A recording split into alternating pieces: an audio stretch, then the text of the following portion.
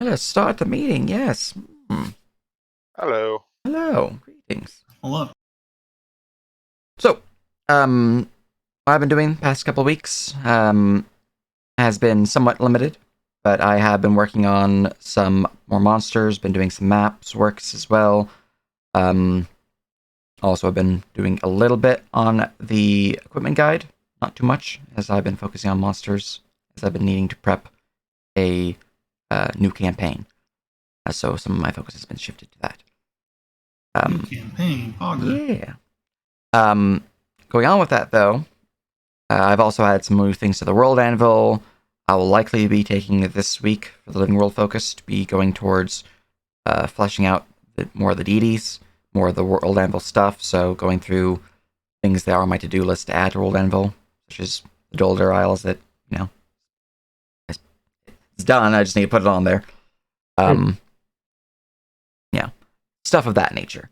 Um, so overall though, with me looking back at what I need to do and what we have going forward, we're actually a lot closer than I thought we were being launch ready in terms of like the different regions and the prep work we have.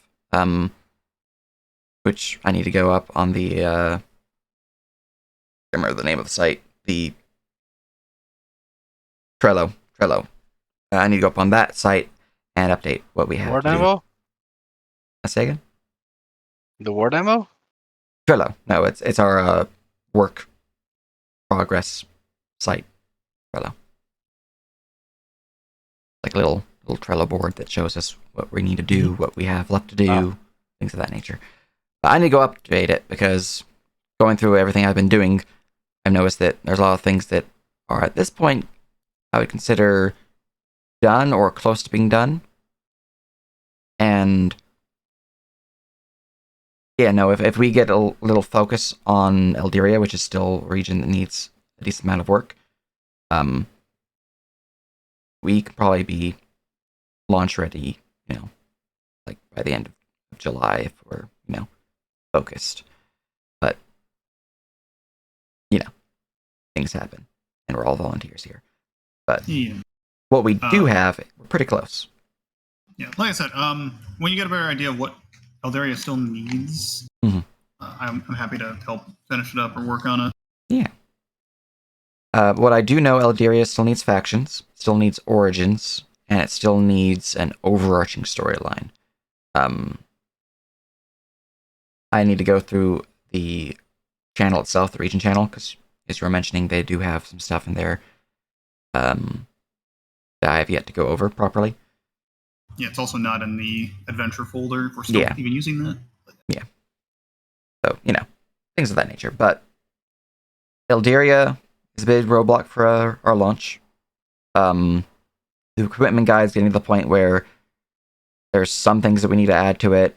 Not a lot, but we're getting close to being able to launch with the guide as is. The bestiary, really, the bestiary is just going to help us going forward, so we don't have to make monsters like for missions. We can just go to the bestiary and be like, there, I want that. So it's not a super priority, but it will save us a lot of time when we do have it, and we already have a lot of monsters in it, and I've been working on a lot of low-level monsters, which will also help out. So if you are working on monsters for your own games or anything like that, and you're using these systems, you just post them like the Monster Lab or post them on the adventure folder for the bestiary, and it'd be very much appreciated. That'll help out as well. In terms of the other roadblocks, obviously the deities need to be a bit more fleshed out. I need to make sure that at least core deities, the ones, the first paragraph listing of deities, once all those are done, which I mean I can make a couple deities, like 3-4 deities within an evening's work, so it's not too much to work on. But once those are set up, that'll be another huge thing that's holding us back. There's going to be some more patrons, that's the word for it, also being worked on. I'm going to be plopping on there as well, so as another big update. And another thing that is somewhat holding us back, though not as much as the lack of deities, as patrons themselves, by their very nature, are very secretive. And while players would very much appreciate knowing what they're talking to, they do not need as much information provided as deities do. They don't need to know about the man behind the curtain. Indeed, they just need to know what it gives them.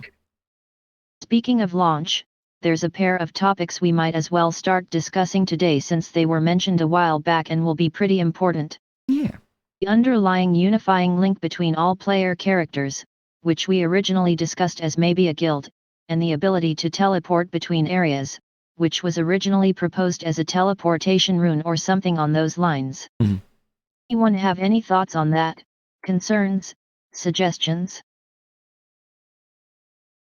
It's a good topic. Oh, outside of it being gamey, which is fine. That's helps us a shit ton. I mean, you kind of gotta treat it like an MMO in that regard, otherwise it makes things a lot harder. Yeah, which technically we are. Technically. Because in order to keep, time consistency and travel time and all that, it's just, Well, which is fine because then we can make a all-inclusive RRP channel where people can talk to just about everybody if they're not in that region. Mm-hmm. Which solves a lot of issues that Verum had. It also helps that in universe there are a bunch of like way shrines and teleportation things that even without having a teleportation glyph that we would give to all players themselves would be able to attune to these way shrines and teleport to other locations like you would in Diablo or similar games. Yeah, it also helps with like the continuity for the DM so everyone can be on the same page. Mhm. Also just helps with reducing overhead tracking because as much as we would like to have a tech system in place that would track people's movement, it's probably just not realistic. Yeah, that's asking too much for not paying. Yeah. As for the guild, I mean, it can be anything. It's just a big old guild with people that eat, drink, and sleep there. Yeah. It's basically an employment agency. Yeah. Pretty much. Yeah. More or less. It doesn't need to be a proper faction, it can just be a flavorful faction that provides them with the teleportation glyph and Be just like an adventurers guild or mercenary guild. Yeah. So that does bring up the closer we get to launch, we have to start worrying about how are we going to choose people. It's true. It's very true. Right. Because I know we do have a fair amount of people that want to play, and we still need a bit more staff for that, and Indeed, we haven't exactly got a lot of candidates for DM. Unfortunately, just without a whole lot going on servers-wise, there's just going to be minimal interest. I would hope that when we actually start up, there will be more interest in applying. But yeah, we also do have a lot of staff with the DM tag, though they are, as of now, fairly quiet. So it's possible when we do launch, those who are just waiting for stuff to do could kick up and start. We'll probably have more than we're actually looking at in terms of potential DMs. Yeah, that's what I'd thought before. Like once we start getting people know, hey, we're gonna launch, they'll start being like, hey, I want to help, and that'll. And we'll definitely want to do, as Legacy says, a soft launch, a beta test, as they say. One that be more focused towards the RP side of things and getting people used to the systems, and then we can start doing some proper missions setups and getting people set up in that regard. The only other thing I can think of that would be a requirement as of right now, which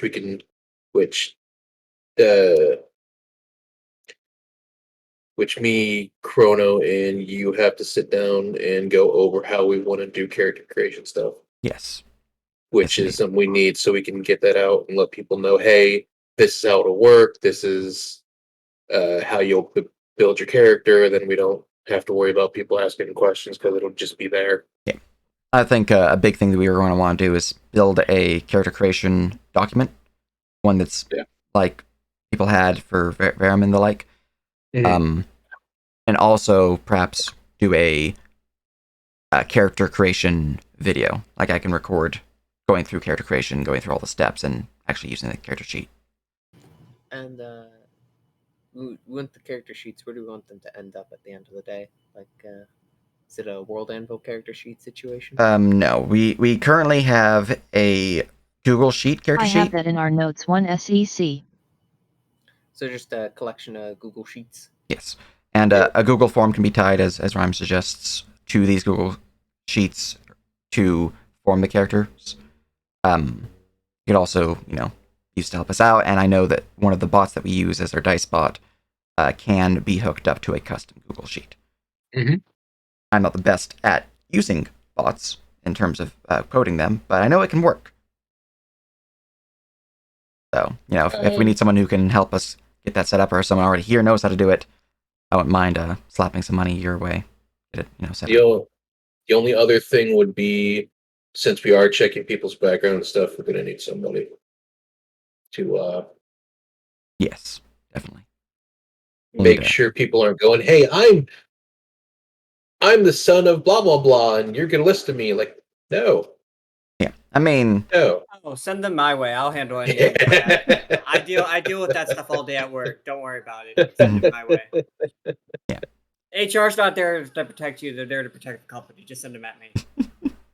There's a reason Pi is in HR and Keehaw is permanently on the wall of don't help. According to previous discussions, we want a central list to individual documents, ideally integrated with Avery. Also, we're working on something for backstory review because NERP wants all characters to be canon. Indeed. No son of the, king or anything, right? Yeah, we do have the availability for players to be gentry, so lesser nobles, but no full greater noble status, though I'm not So for topic 2, in universe, is there an existing adventurers guild that you already use, or is it just open enough to create and include one in the background? I don't have like an official worldly adventuring guild. I have multiple adventuring guilds in universe, but not one that's everyone knows about it, everyone uses it. That said, there is one particular city where this would easily be a thing, and that'd be Aetherstorm. That, and said again, I don't know if we want to have everyone tied to Aetherstorm in that way, being that Aetherstorm is the land of, steampunk technology, airships, guns, and, higher tech than people might be comfortable with running at this point in time.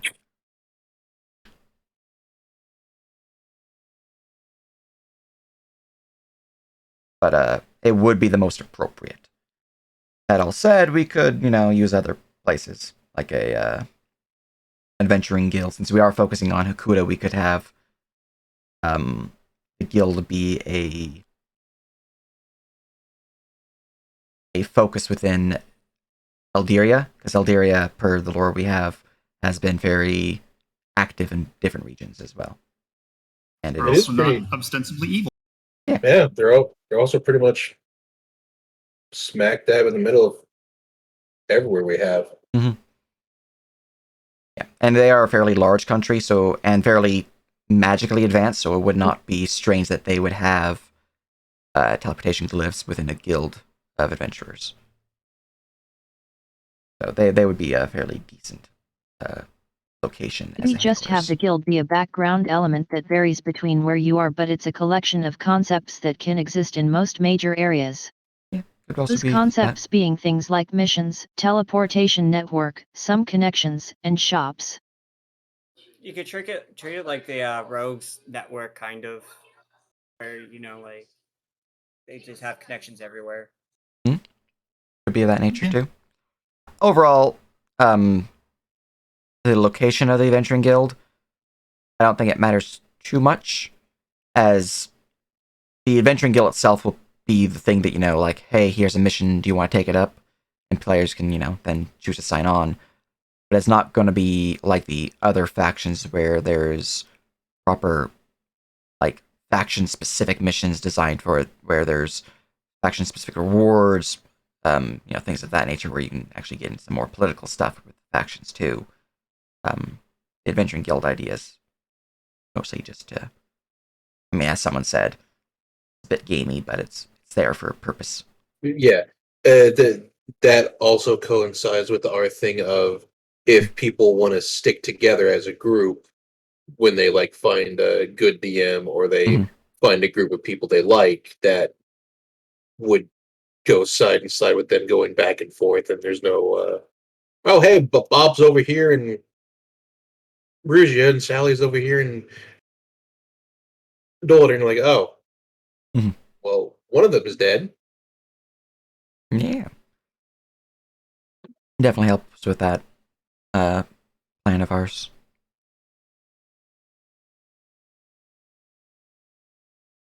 Let's see here.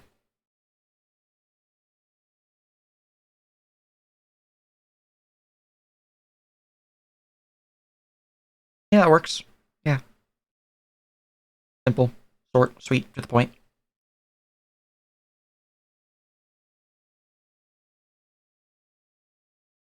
Plus, it gives me a lot of Fable vibes, and I'm A-okay with that.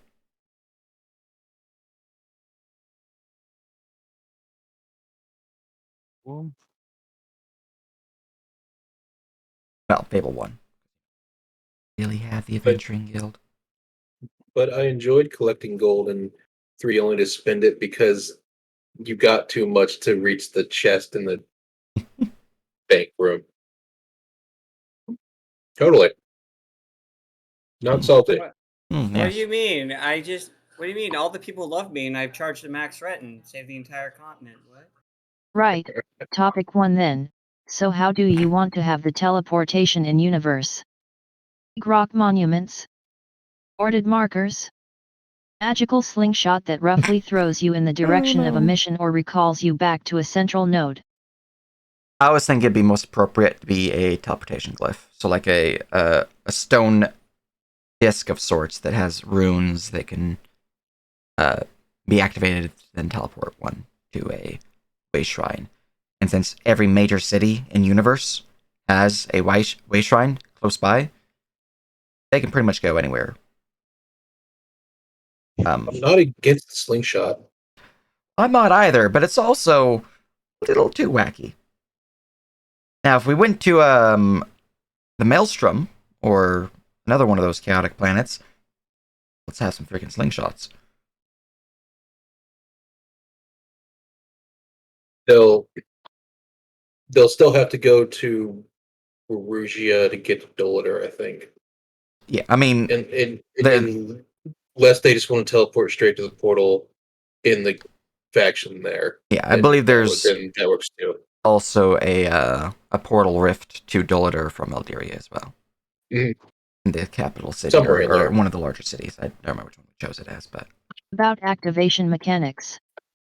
Some kind of a rune. Any magic channeling required? I would say anyone can activate it. You don't need to be a spellcaster. But I would say that activation would be about a minute of focus, so you can't just be like, oh, I'm in the middle of a fight, I'm going to activate this and get out. Which would help in some regards for DMs.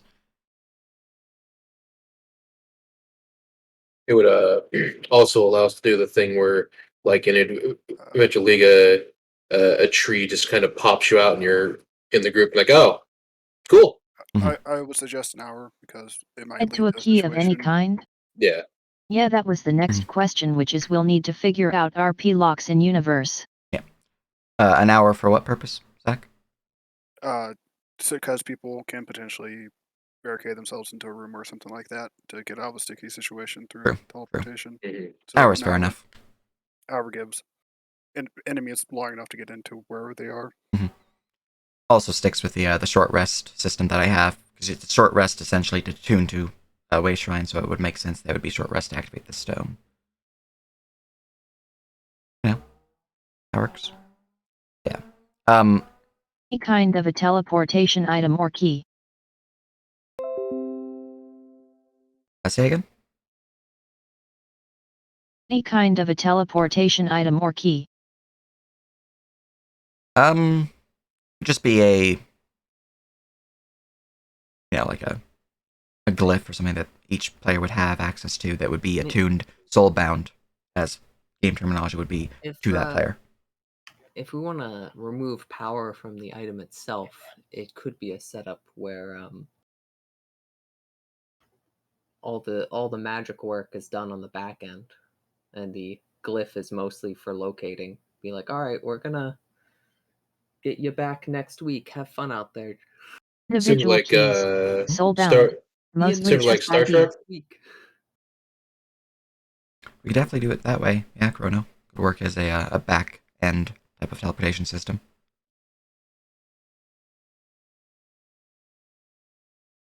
Yeah, and if you're wondering about way shrines in universe, since you didn't mention how they function, they are essentially giant wells filled with liquid silver that comes alive that you must then consume to join with it. You can breathe it in and transport yourself quickly through the silver system. It's a little weird.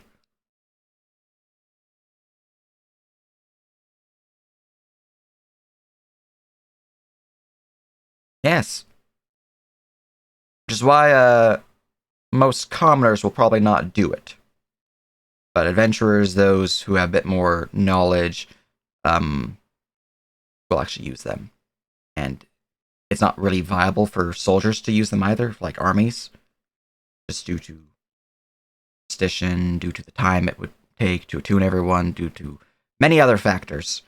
So it's more of an adventurer system for travel. But people can attune to them, and they are aware of them.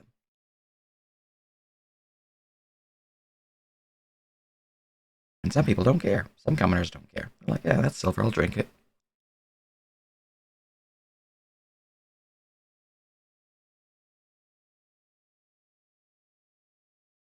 Mm-hmm. Yeah. And for clarity, it's not actually silver, it's technically quicksilver, mercury, Don't you take this from me.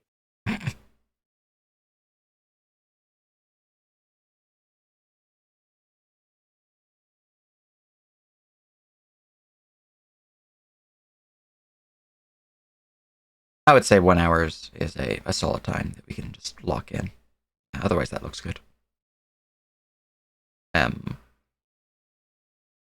You want anything else to interact with the network? Emergency teleportation items, spells, anything of that sort? That's a good question. I would say in certain circumstances, we might want to consider allowing the teleportation glyph to bring people back. We could like add in the niche case where a player has to drop, they swap with somebody, and it's pretty instant. Yeah. That way we have like an in-world reason as to why it just goes off. Mm-hmm. So should the keys be able to teleport on their own, or should they always require specific points to activate? I would say that they cannot teleport on their own, but the guild can activate them, which would give an in-universe reason as to why, as Blackheart was saying, for the if someone drops from a mission and another person needs to be filled in, the guild can transport the person who dropped back to the guild, and they can send someone else in replace them.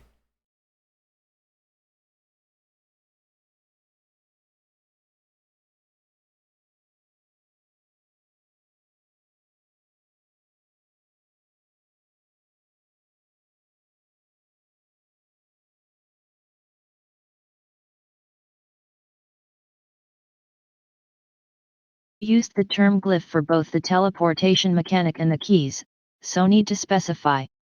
Gotcha, so guild can activate.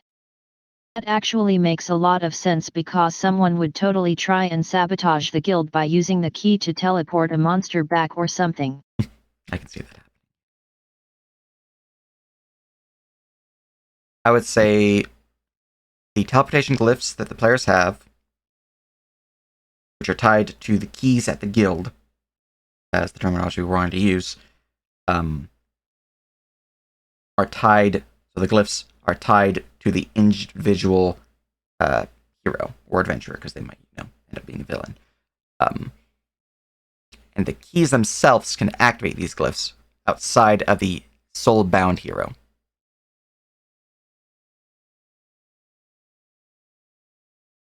That we don't have to worry about, some random monster being teleported or anything like that. And when it comes to soulbound, that is an important distinction, an important keyword, and that is if a player has an animal companion or a familiar, or anything of that nature, or even, a pet, we would consider that creature soulbound to that player. So we don't have to worry about, you have 6 pets, all, you have 6 parrots on your shoulder for some reason, and only one can transport with you, because technically your animal companion, while the other 5 are just parrots. Obviously, in terms of combat pets, we'd probably want to limit that to be 1 soulbound, just for sake of the DM sanity. But for, fluff pets, if they want to be able to transport from, one city to another to go to their home, I think we consider all fluff pets as soulbound. That kind of gets into the weeds of pet stuff again, which I think we all remember those conversations from. So okay, those notes look about right.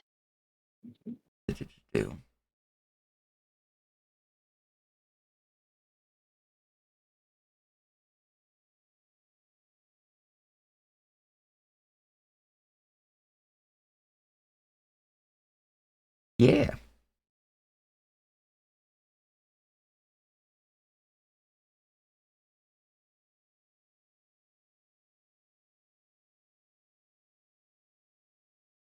Oh, speaking of pets, though, that's one of the things I'm going to be putting on the World Anvil soon, is the pet system.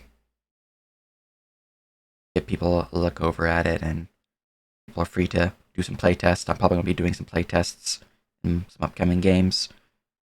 Since I know how the system works in other game systems, I've not fully tested it in 5e, but I know get the job done.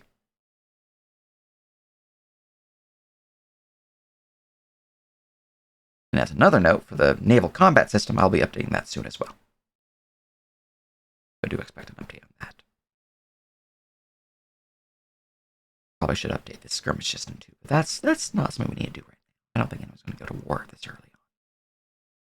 And if they do, we do have a working system. But what if I conjure a pile of corpses to fight another pile of corpses? Well, we can give them the horde template. And this is why systems gets thrown into the silver pits. Yes. Just give them the swarm mechanics from 3.5, then you'll have some real fun. Yeah, I mean, that's what the horde template is. I believe it's in the bestiary. I posted the PDF for it. So it's in the templates chapter. And I'm just going to apply that to any grouping of medium individuals. I do need to make the swarm template to put in there as well. So people can just I want a swarm of, cats, because I believe Pivy doesn't have a base swarm of cats. So because they didn't want to kill all the wizards at level 1. That's fair. Cats will do that, especially in AD&D.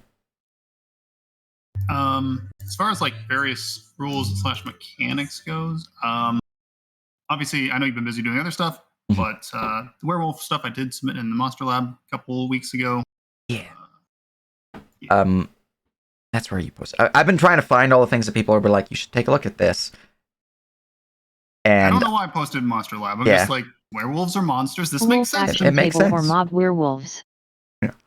It does remind me though, if there is something you want me to look at, just to save me time from trying to figure out where it was posted, because I forget things like that a lot. You can either post it in Firehouse, or you can just send a link to it in Firehouse. So I'll keep an eye on Firehouse as my main. Oh, here's where I need to do stuff. I will drop it in there then.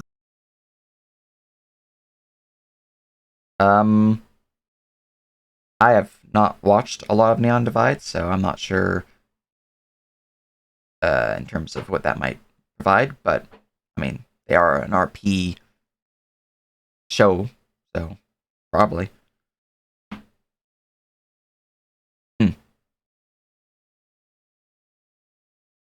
I'm not super privy to how their staff side of it is working, but probably, yeah. I mean, they are, from my memory of the show itself, from when I checked it out recently, decent setup. Probably take some pointers from them.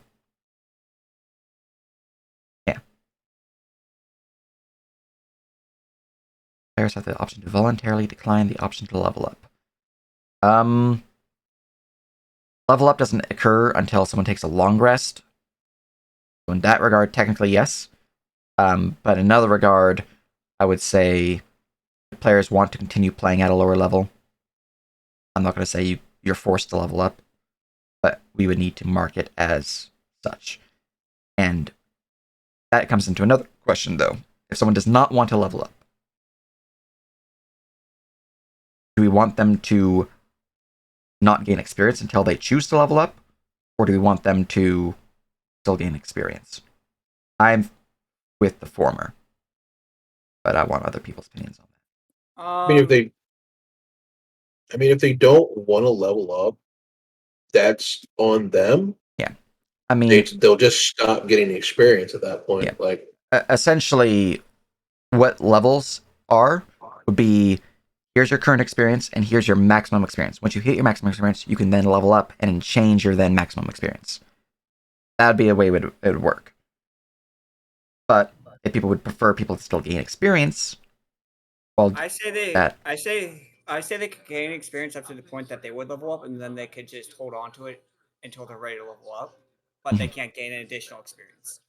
So once they hit their level up cap, they should just be at the cap until they choose to level up, is what you're saying. Yeah. The main reason for not wanting to level is probably staying in pace with a friend who doesn't get games as often.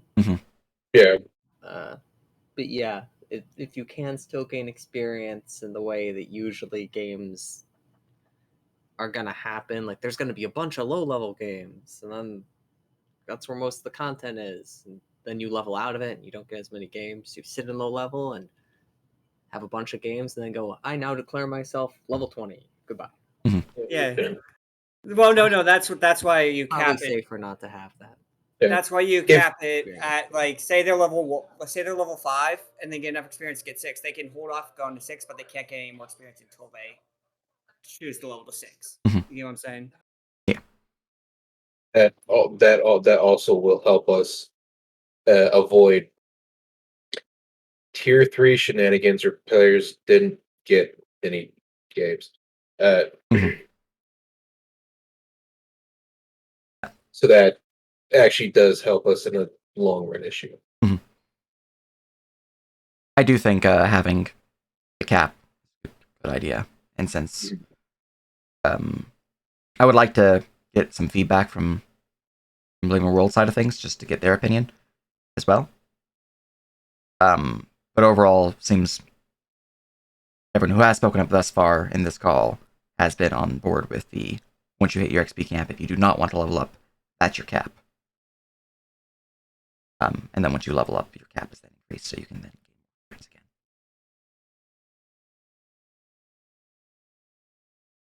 Which, as in my opinion as well, as having the cap be a cap.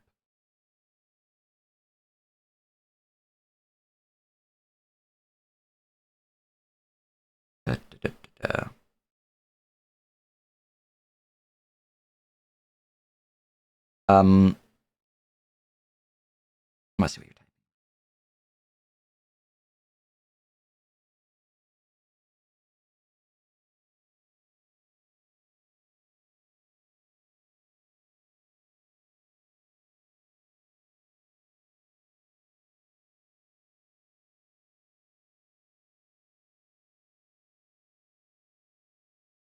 Hello. Welcome.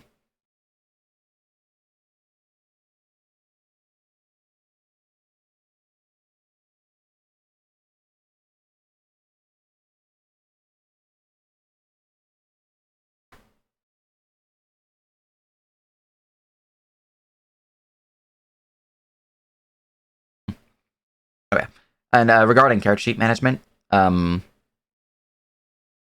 the character sheet itself, I will be updating probably soon because I want to have it updated for my games I've been working on, the campaign I've been working on. The intention for the update will be to have drop-down lists and the like for classes, and will automatically apply them as you gain levels. So a lot more of a I don't remember the term for it, but a formulated character sheet. You don't have to worry about people placing things incorrectly or things that might break its connection to our ad bot. It should just work.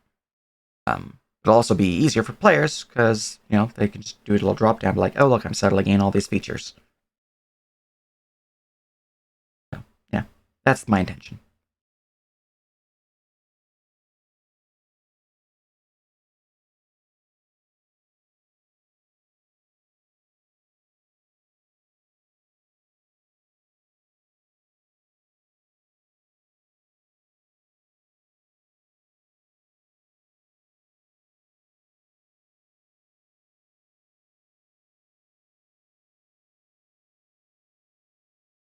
Yeah.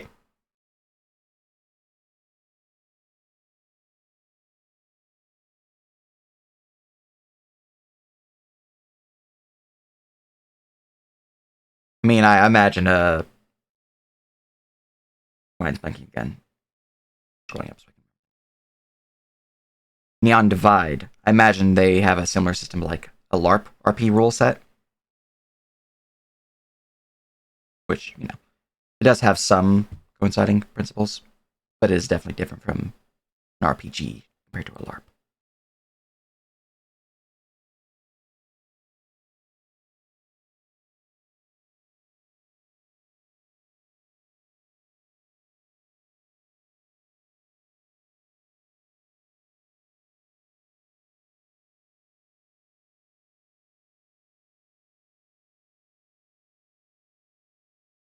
Oh, there we go.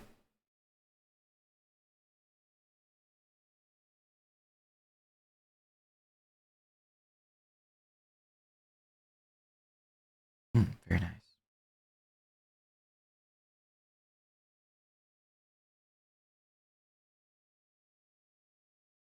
As for mechanic updates for game mechanics, once we're actually launched, any patch notes, any updates will definitely be in a patch note channel or a document or something of that nature.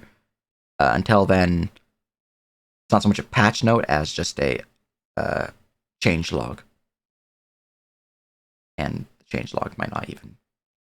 I'm most of my change logs are for like the equipment guide or other documents like that, but for mechanic updates, as you probably noticed, the martial supplementary rules now have a new system known as stamina. That doesn't obviously have a change log, it's just on there. It's a new system, but probably should start working on some update logs for those things.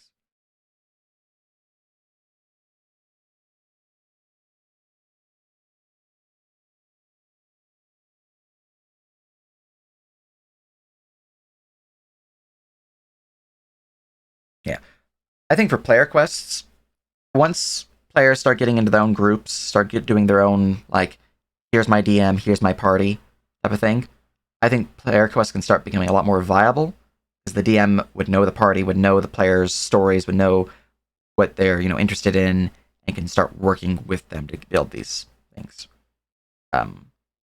So It's definitely not going to be a thing that's at the beginning. I mean, obviously, no DM would really know the general overlook of the players.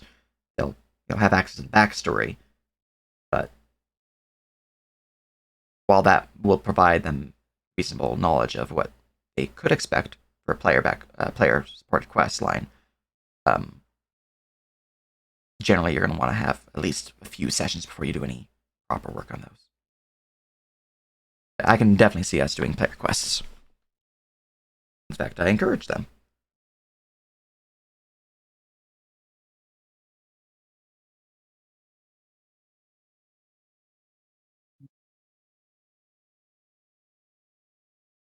So the idea is that the initial wave of adventures themselves will be similar to the training games where players sign on and you get your party running and then the game runs.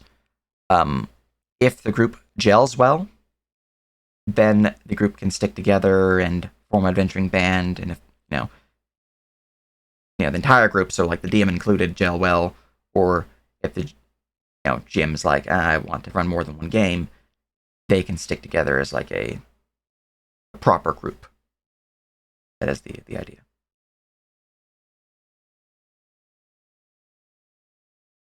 In that case, I imagine they would probably go back to the pool of previous scheduling system that we have, which would be the initial scheduling system that we have for any starting up adventurers. But for the players themselves, they might join together as a adventuring band and just be looking for new DM. Yeah. And in the case of any like players looking for new missions, like, oh, I'm slightly underleveled, or oh, I just want a quick game, the part-time DMs that we have, they can just run a game. They don't need to do anything super crazy, so they can help out in that regard. Like one shots of the like, especially for people who not have proper campaigns, where like my schedule's changing every day, or not every day, but every week. I don't have a set schedule, things of that nature. Part-time DMs will definitely help with that.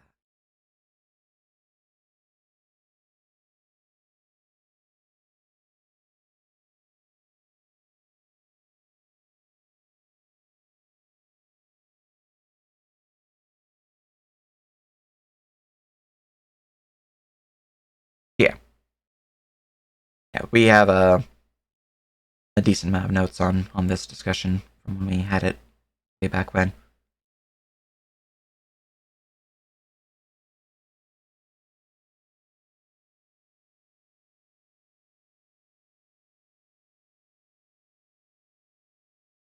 Yeah, I think a good way to look at it would be the MMO Dungeons Dragons Online. It is definitely a hub type system where there's the overarching here's the living world type of thing, but when you go on your quests themselves, they're instanced adventures the party itself travels on and performs the quest for.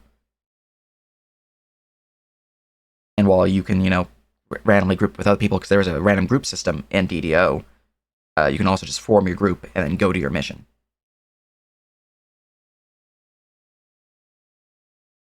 In our case, rather than having a pre-made, here's a digitally made adventure, it'd be here's your DM, here's the random group, or here is a pre-made group going on the mission.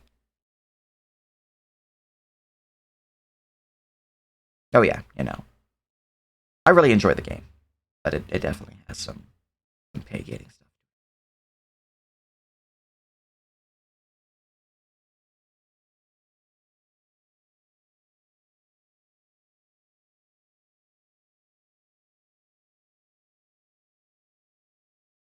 Indeed.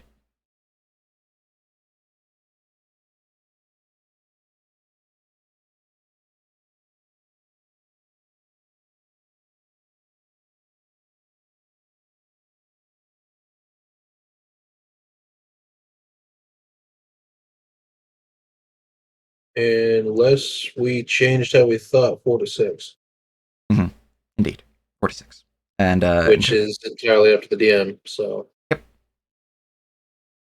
In terms of scheduling, let's read what you posted again.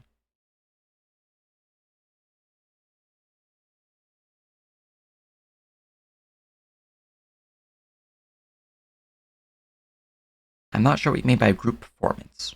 Or group permanent. Okay, that's reading the word wrong.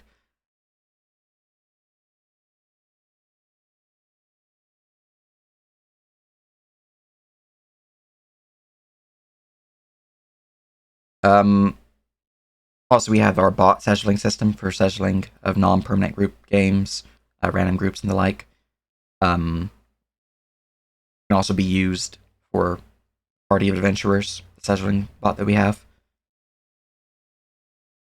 In terms of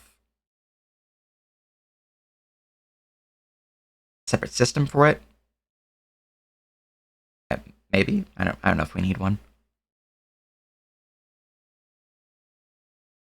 Oh yeah, no, it's good to keep an eye on what we're looking to. Yeah. Remind people where we stand on things. See, I still haven't ran a proper Pathfinder 2e campaign. I want to. Like, I own one of the Adventure Pass. I want to give it a proper run. The party I was going to run it with, actually, our schedules didn't mesh. We had to stop the game. But, it would be. Yeah, I've played a few games of it, like early levels. I even played one where players were level 10, just like popped in. We're all level 10 now. I'm not sure if it's the best system for a living world, due to the fact that Pathfinder 2e is very much if you're level 1 and you're looking at level 10, there is no way in hell you're going to win. Even if there's like 50 of you level 1s, that level 10 is going to kill all of them. Because the system's so designed to be level centric in Pathfinder 2e. Yeah, it's got some crazy modifiers. Which I can see the game being pretty fun, but not the best for a living world setting where if some random evil mage decides to be super crazy and just cast Fireball in the middle of the city. Obviously, our guards can handle it, and some of the NPCs we have can handle it, but if there's some one random level 1 there, it's, it can get a little dicey. Just give them second edition's version of Fireball. Wipe out an entire army. Yes. Look, you know what you did.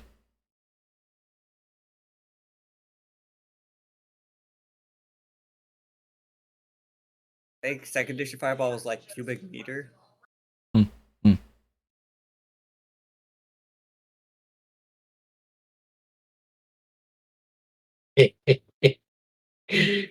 Damn, Legacy. You're not gonna pour the salt that bad.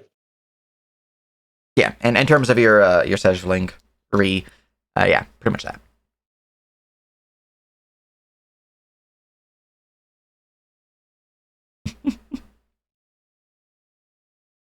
Fine. The houses will be fine. Don't worry about it. Or will they? Waiting for you to cast Fireball a second time.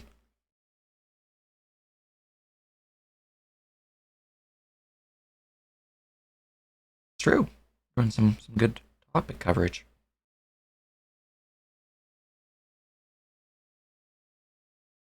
Sounds like a plan.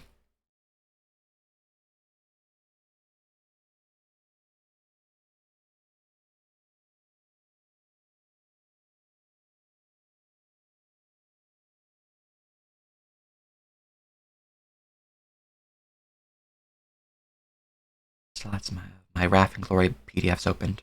I do not need those open right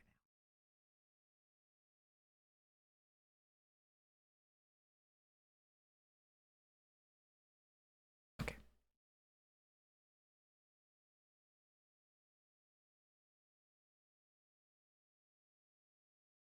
Oh, Jokey.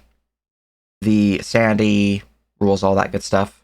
What channel are they located in? I'm trying to find them. Political.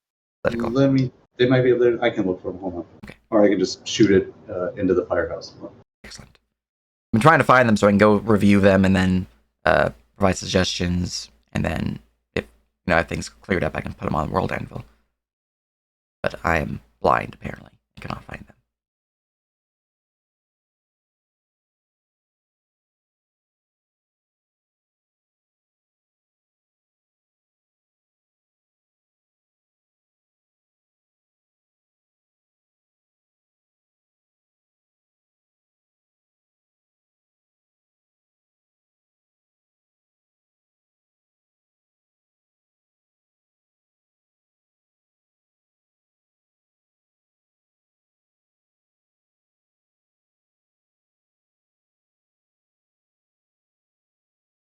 Alright, we'll definitely want to have some form of etiquette rule set listed out.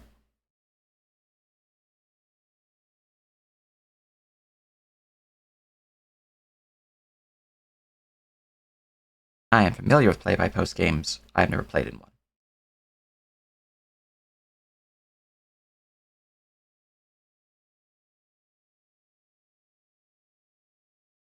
We should highly encourage DMs to share their stuff with other DMs.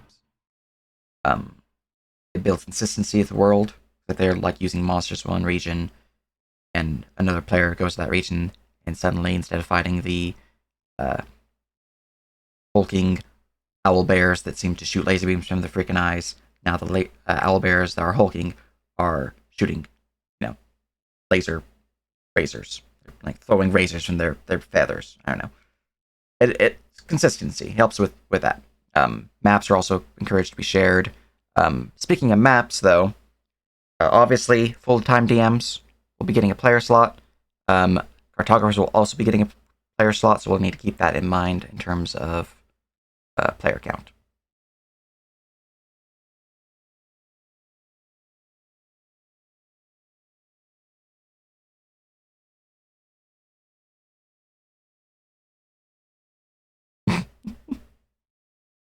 Excellent. I see what you did there. Yeah. And in terms of storylines for DM sharing, if it is like a one-off story, like a one-shot, go, save this farm from rampaging wargs, something like that, not an issue.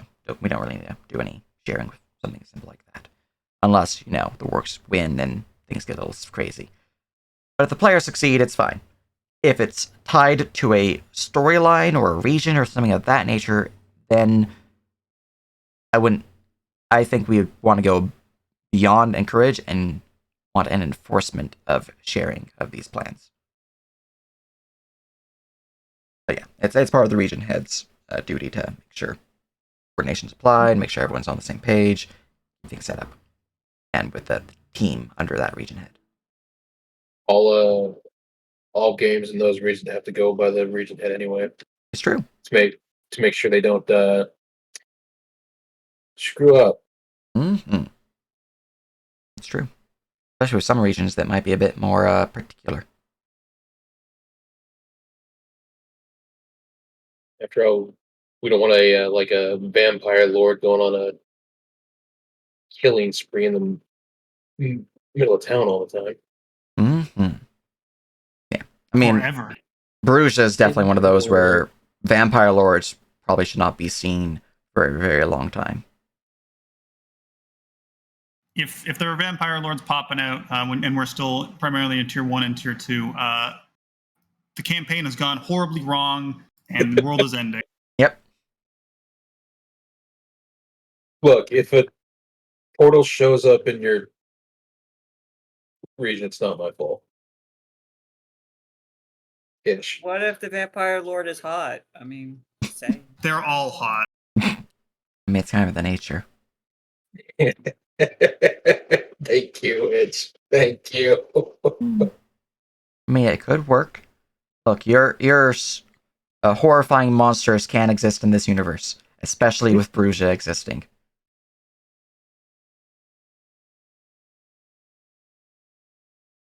Can I borrow that? Because I need to owl people. Oh no. For reasons. Yes. What you say, Legacy? That is accurate. Indeed, and what you said before the owlbear picture was posted. I mean, that's fair. On a side note, we do outside of having to fill in the encounter table, it's done. We just have to figure out what kind of things do we want in there, and what's just going to straight up kill them. Very nice. For very nice. fair reasons. I mean, I imagine, your encounters are based upon the regions, and the deeper one might get into said region. And, depending on how the rolling goes, which after a couple tests of even doing it, I can see why Witch had to re-roll a couple times in a lot of cases.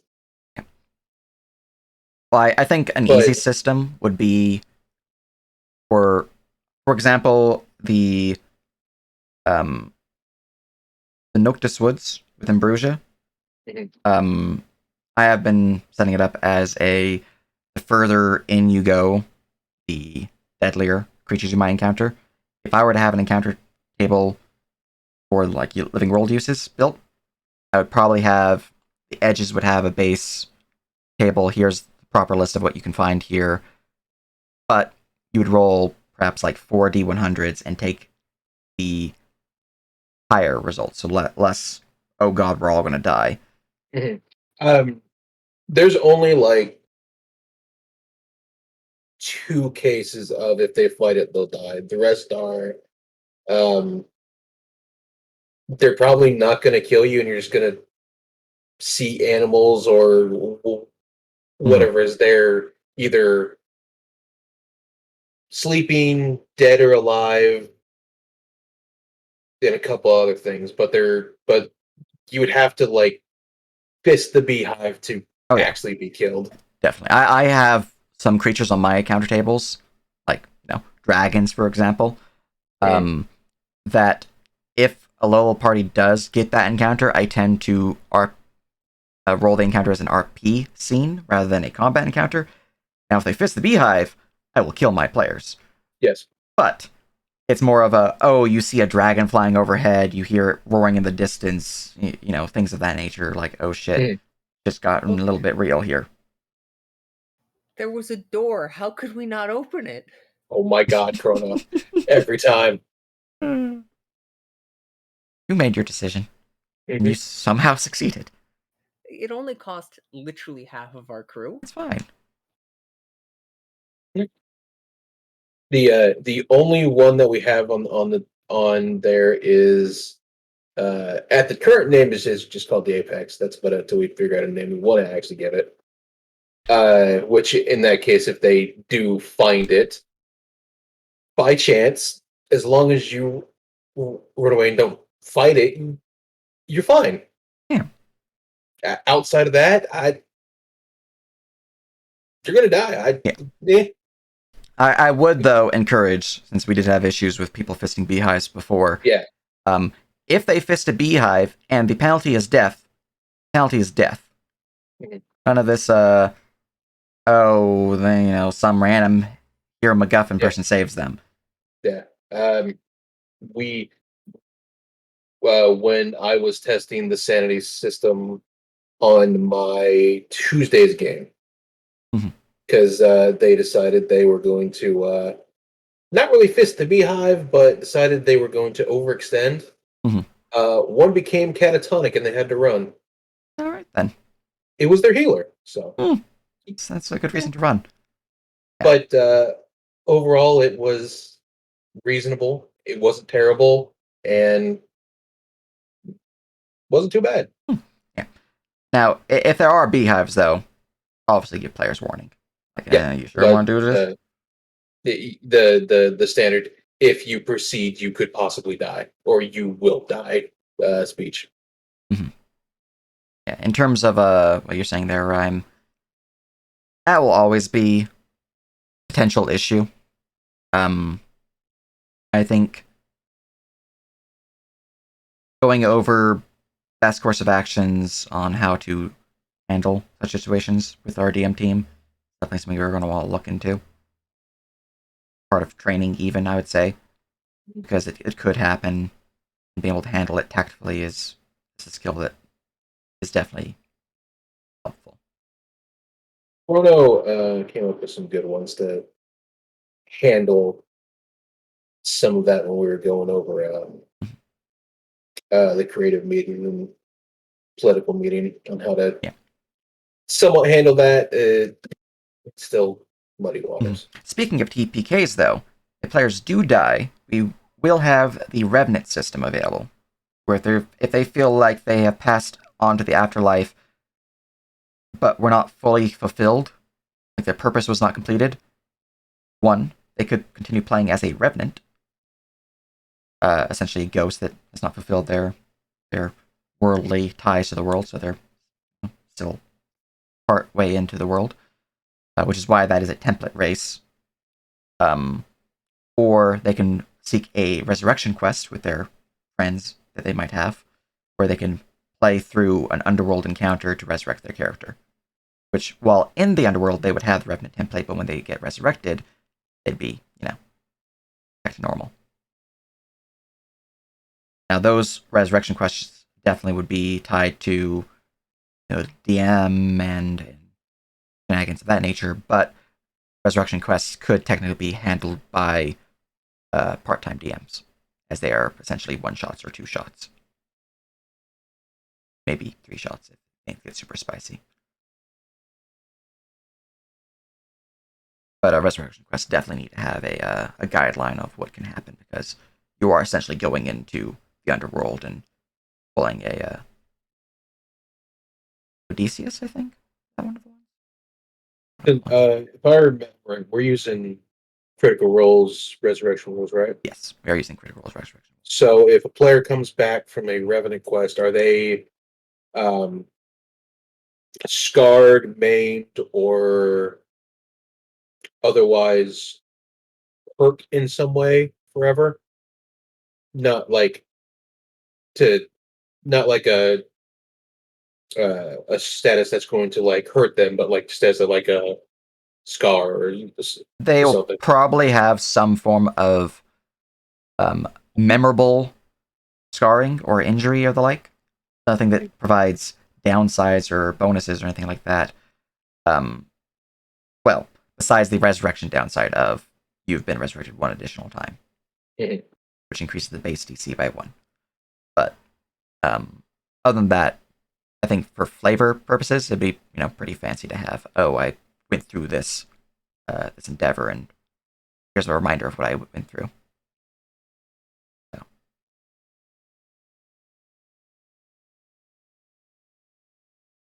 What do you mean by a barrier between DM and player?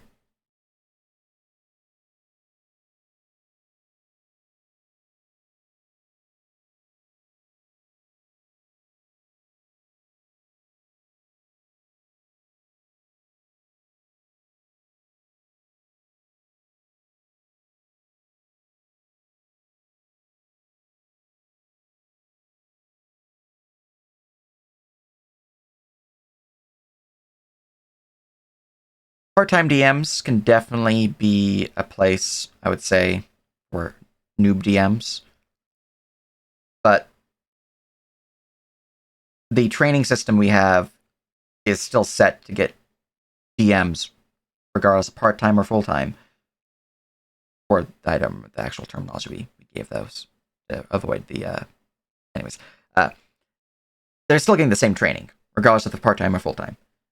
So they'll still be getting, the basics at the very least, getting an idea of what's good, what's not good to do, things of that nature. So, yeah, I mean, we have a system set up for DMs to more or less ascend through the tiers as they're more comfortable with DMing anyway. So, indeed. Tier 1 practicing isn't the worst thing in the world. So, and I would say we should always encourage people to become DMs. I mean, the more DMs we have, the more players we can run for, the more people can enjoy D&D. Like, everybody starts off somewhere. Your first game may not be the best thing in the world, but that's how you learn. You keep doing it. Indeed. And you... Daily at Critical Mass will basically be a round-robin DM game in a living world. And for anyone who watches the VOD, do that. Yeah. DM. Like, you'll have so much fun. You'll Some learn of the more best about games I've ever played have been round-robin one-shots with all DM players. Yeah. Plus, if you're in a game with DMs, they can help you. It's true.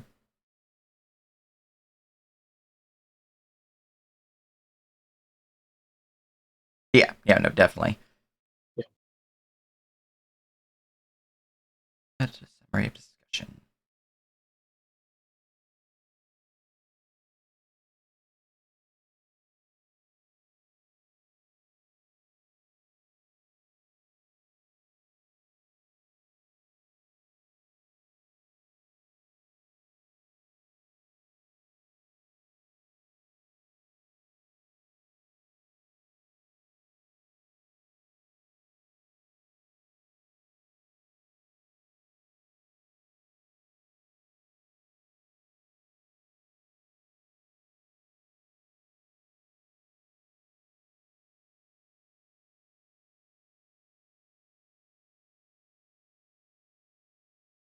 Anyone got anything else to bring up? If not, remember to submit stuff you finish to the Google form, or link it in Firehouse, and we'll be able to talk about it next week or work on it over the week.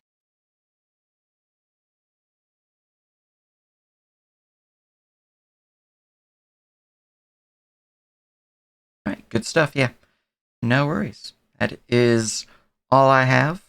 As, covered a lot of stuff. It was good stuff. Good meeting. Yeah, definitely could happen. A rescue mission could definitely happen. Overall, though, as Lexi said, if anyone has anything they would like to bring up, we can go over that. But that is what I and Legacy have to discuss. So.